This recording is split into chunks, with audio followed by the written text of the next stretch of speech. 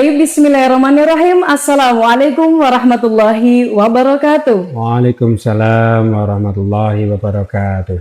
Halo teman-teman yang berbahagia, kembali lagi pada FTIK Progresif. Buka pikiran, buka hati, meraih ridho ilahi.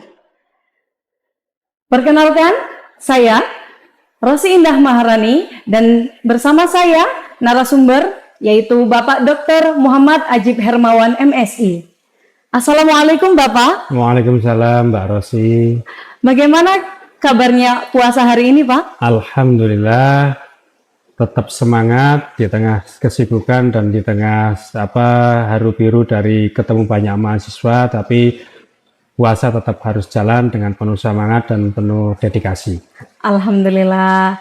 Kira-kira nih Pak, pada podcast kali ini apa sih tema yang akan Bapak angkat untuk dibicarakan pada podcast ini?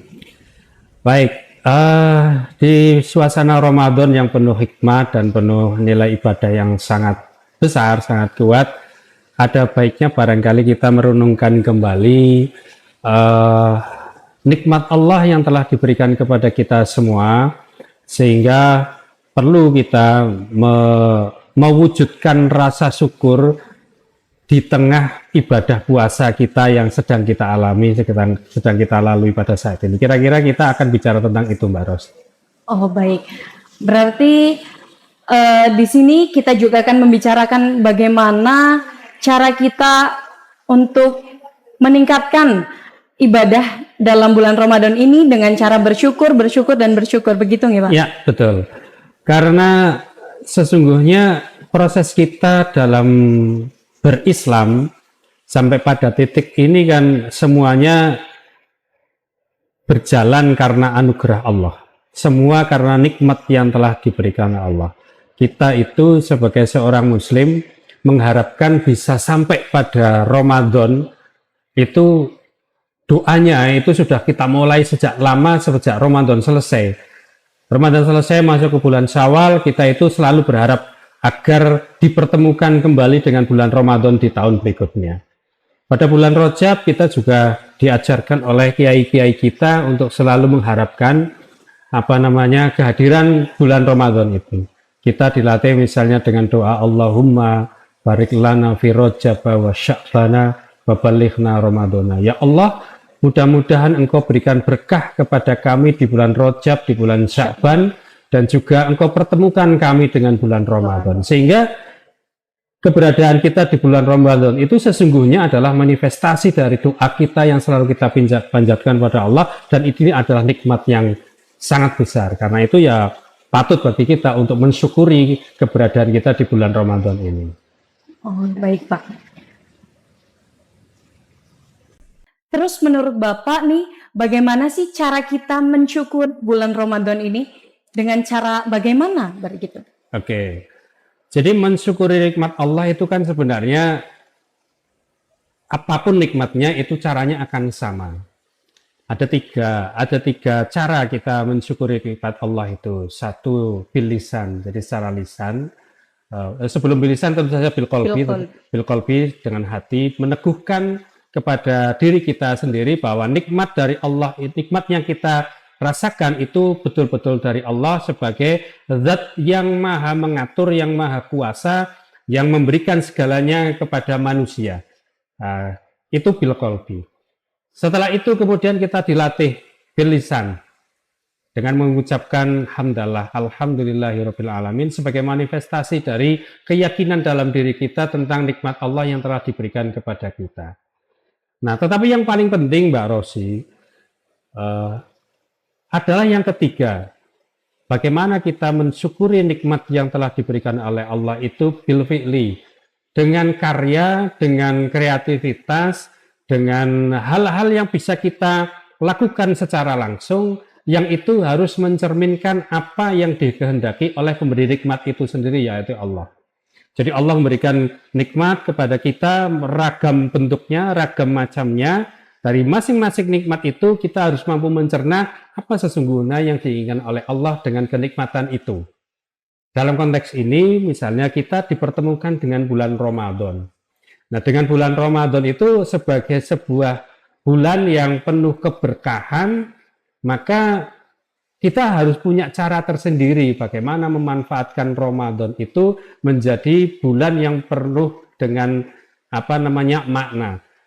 Bukan hanya sekedar berlalu begitu saja. Bulan Ramadan nanti kita lalui puasa 30 hari selesai kemudian ya sudah, tidak punya makna apapun. Itu akan menjadi sebuah kesia-siaan dan bisa jadi kita tidak tahu cara mensyukuri nikmat yang telah diberikan oleh Allah melalui bulan Ramadan itu. Nah, oleh karena itu di bulan Ramadan itu kita harus memaknai banyak hal. Kita di bulan Ramadan itu kan diberikan oleh Allah kemudahan dalam banyak hal. Karena tujuan kita hidup itu kan untuk beribadah kepada Allah. Ibadah itu maknanya banyak. Ada ibadah yang langsung tertuju kepada Allah, spiritualitas yang terbangun atas hubungan antara Allah sebagai Khalik dengan manusia sebagai makhluk. Tetapi kita juga punya bisa memaknai ibadah bagaimana komunikasi, interaksi kita, muamalah kita antara satu manusia dengan manusia yang lain, sesama makhluk Allah yang lain. Bukan hanya dengan manusia, bahkan dengan hewan, dengan binatang, dengan alam sekitar dan seterusnya.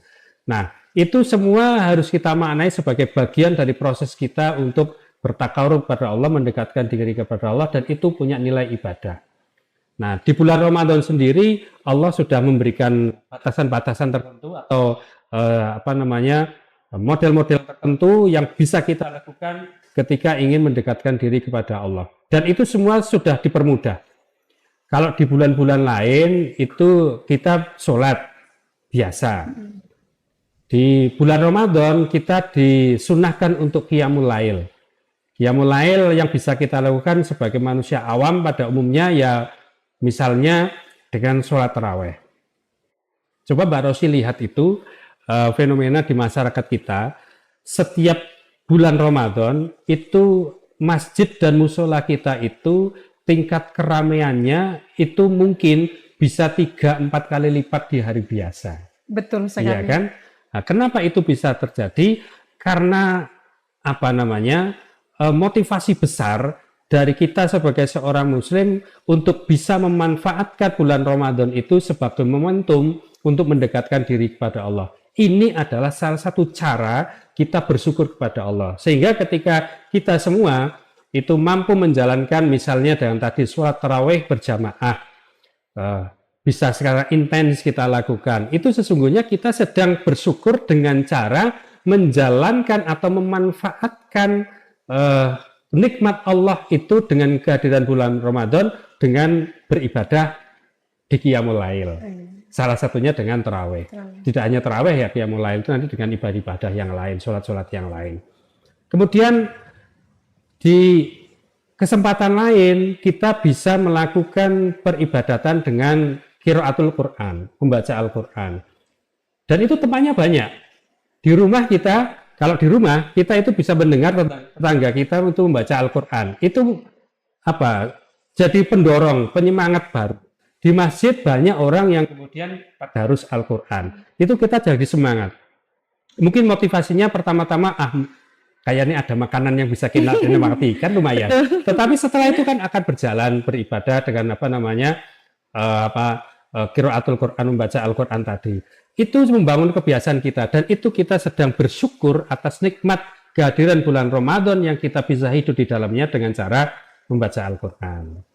Ketika kita memaknai Ramadan dengan nikmat lainnya, misalnya rezeki yang berkecukupan, bahkan berlebih barangkali dari Allah Subhanahu wa taala, maka kita menjalankan kesunahan lain, misalnya dengan berinfak, bersedekah. Kita berinfak di bulan Ramadan itu kan dijanjikan pahalanya berlipat-lipat dibandingkan bulan yang lain. Nah, itu dorongan dari kita. Sehingga ketika nikmat rezeki itu kita tunaikan dengan cara yang benar, maka kita sesungguhnya sedang beribadah, melalui bersyukur kepada Allah Subhanahu wa taala dengan menunaikan apa yang telah diberikan oleh Allah sesuai kehendak dari pemberi nikmat itu.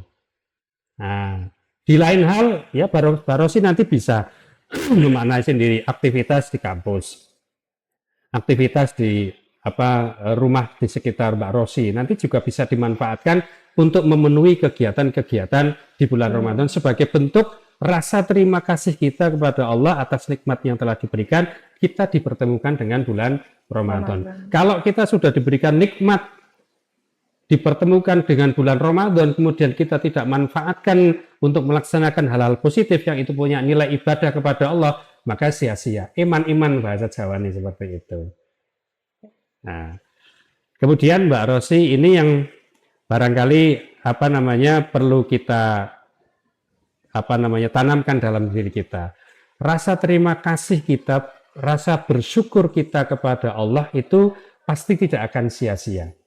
Mbak Rosi punya rezeki yang lebih, kemudian banyak berinfak kepada mereka yang membutuhkan, sering ngajak berbuka puasa yang lain, terutama anak yatim, misalnya orang miskin, bukan hanya berbuka puasa bersama dengan teman-teman, itu kan insya Allah mampu semua. Tetapi kalau mampu memberikan kepada mereka yang kekurangan, itu jangan pernah khawatir bahwa itu akan menggurus harta kita.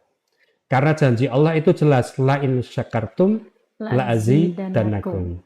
Wala in kafartum inna adzabi lasyadid. Jadi kalau kita bersyukur itu Allah pasti akan menambahkan nikmatnya kepada kita. Itu janji Allah secara langsung. La in syakartum la azidanakum. Pasti akan saya tambahkan. Itu kan janji sesuatu pernyataan dari Allah yang akan diberikan secara langsung. Bandingkan dengan orang yang kufur nikmat. Kalau kufur nikmat itu balasannya masih abstrak.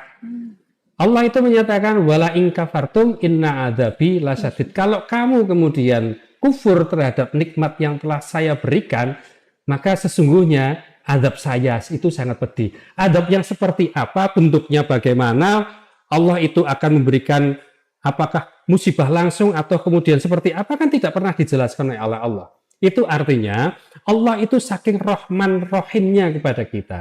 Saking sayangnya kepada kita bahwa Allah itu akan memberikan balasan, tetapi ketika itu sesuatu yang bersifat kufur terhadap nikmat Allah, maka Allah tidak akan menjelaskan secara langsung.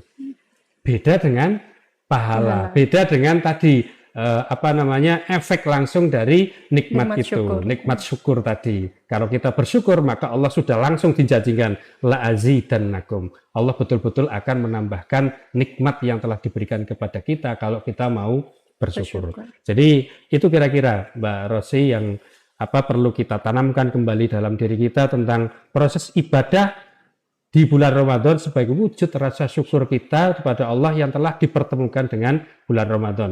Dan nanti setelah Syawal, pada Ramadan selesai, kita tetap harus berdoa. Mudah-mudahan dipertemukan dengan Ramadan tahun berikutnya. Begitu Mbak Rosi. Mungkin cukup sekian podcast pada kali ini. Semoga kita selalu diberi ridho dan rahmat oleh Allah Subhanahu wa taala, dan jangan lupa like, komen dan subscribe agar tidak ketinggalan pada podcast-podcast selanjutnya. Mungkin cukup sekian. Syukran. Wassalamualaikum warahmatullahi wabarakatuh. Waalaikumsalam warahmatullahi wabarakatuh.